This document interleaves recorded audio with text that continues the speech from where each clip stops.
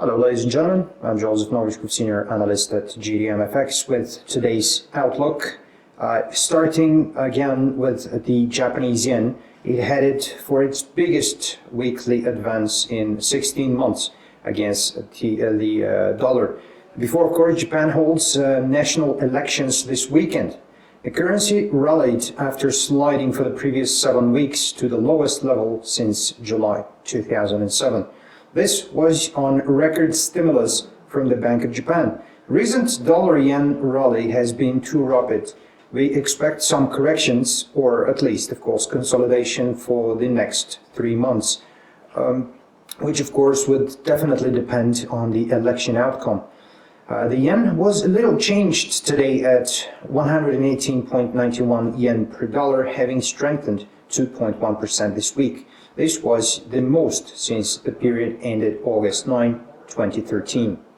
The US dollar snapped a 3-day skid after US retail sales climbed the most in 8 months, further advance for a strengthening economy as the Federal Reserve considers its first interest rate increase since 2007.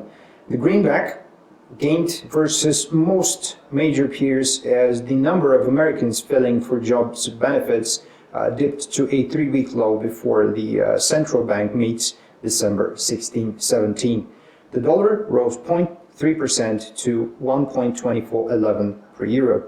The GBP USD has breached 1.57 level and it's continuing to appreciate. At least that is what has to be done for the first 3 days of this week.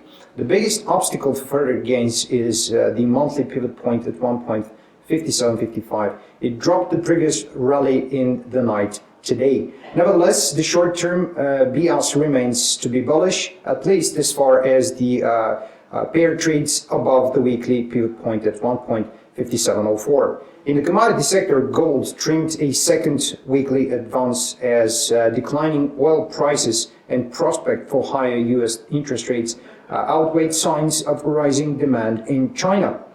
While, of course, volumes for the benchmark spot gold contract climbed yesterday to a 3-week high in Shanghai. Reports this week showed gains in consumer price, trailed economist estimates, and factory gate deflation dependent in China.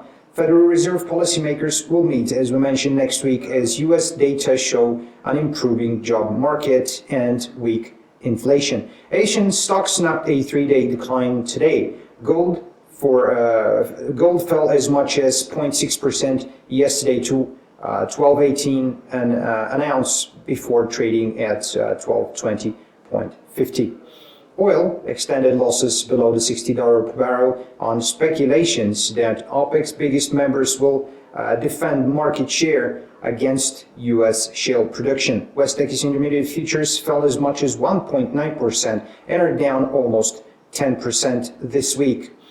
Iraq, the second largest producer in the Organization of Petroleum Exporting Countries, said its decision to widen a discount for January sales to Asia isn't proof of a price war.